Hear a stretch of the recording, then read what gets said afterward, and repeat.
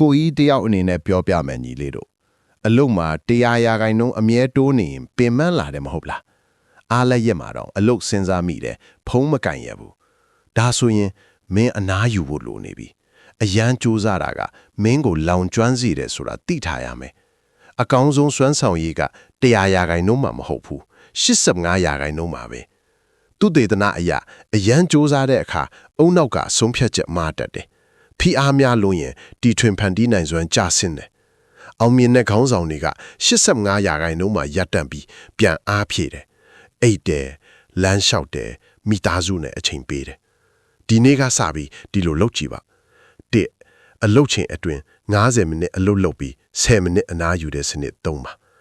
2ညနေ6နာရီကျော်ရင်အလုပ်ဖုံကို silent ထားပါ3တပတ်ကိုအနည်းဆုံး1ရက် full rest ယူပါဒီအလေးအကျင့်လေးကမင်းရဲ့အစွမ်းဆောင်ရည်ကိုတိတိတတ်တာမြင်တက်စေပြီးလောင်ကျွမ်းမှုကိုကာကွယ်ပေးလိမ့်မယ်